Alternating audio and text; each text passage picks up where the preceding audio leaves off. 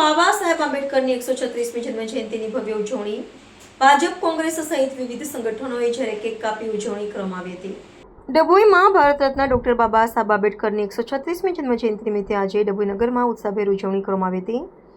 નગરના મુખ્ય આંબેડકર ચોક ખાતે સવારે 9 કલાકે વિવિધ રાજકીય પક્ષો અને સામાજિક સંગઠનો દ્વારા પુષ્પાંજલિ અર્પણ કરી બાબા સાહેબને ભાવવંદના કરવામાં આવી હતી.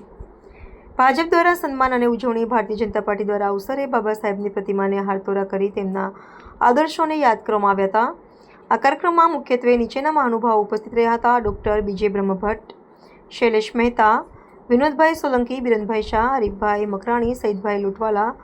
કોંગ્રેસ પક્ષની ઉપસ્થિત કોંગ્રેસ સમિતિ દ્વારા પણ બાબા સાહેબની જન્મજયંતિની ગરિમાપૂર્ણ ઉજવણી કરવામાં આવી હતી, જેમાં પક્ષના અગ્રણીઓએ મોટી સંખ્યામાં સંખ્યાબંધ લોકો ફૂલહાર કરી અને એક કેક ઉજવણી કરવામાં આવી હતી.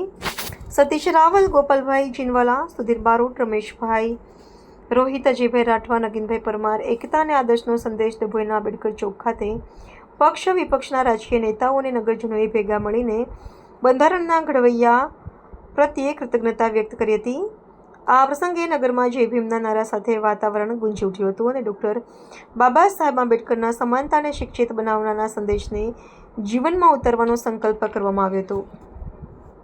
આજરોજ બંધારણના ઘડવૈયા અને ભારત રત્ન એવા બાબા સાહેબ આંબેડકરનો જન્મ જયંતિ નિમિત્તે અમે સૌ ડભોઈ શહેર કોંગ્રેસ પરિવાર દ્વારા આજે બાબા સાહેબ આંબેડકરના સ્ટેચ્યુને ફૂલ અર્પણ કરીને આજે બાબા સાહેબ આંબેડકરના અમર રહોના નારાને જોરશોરથી લગાવીને બાબા સાહેબના આંબેડકરને યાદ કર્યા છે.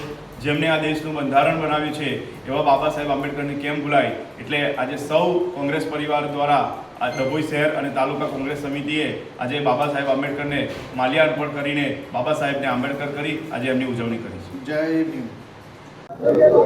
ભારતીય બંધારણના ઘડવૈયા ભારત રત્ન માનનીય બાબા સાહેબ આંબેડકરની આજે 136મી જન્મજયંતિ, એના ઉપલક્ષમાં આજે ડભોઈ નગરમાં એમની પ્રતિમાને ફુલાર કરીને એમને સાચી શ્રદ્ધાંજલિ સાથે એમનો જન્મદિવસ ઉજવવાની આજે આપ જોઈ શકો છો કે ભારતીય જનતા પક્ષના તમામ આગેવાનો, નગરપાલિકાના તમામ ઉમેદવારો અહીંયા ઉપસ્થિત રહ્યા છે અને બાબા સાહેબને યાદ કરીને બાબા સાહેબે જે બંધારણ બનાવ્યું હતું એનો મુખ્ય સિદ્ધાંત હતો જીવો અને જીવા દો.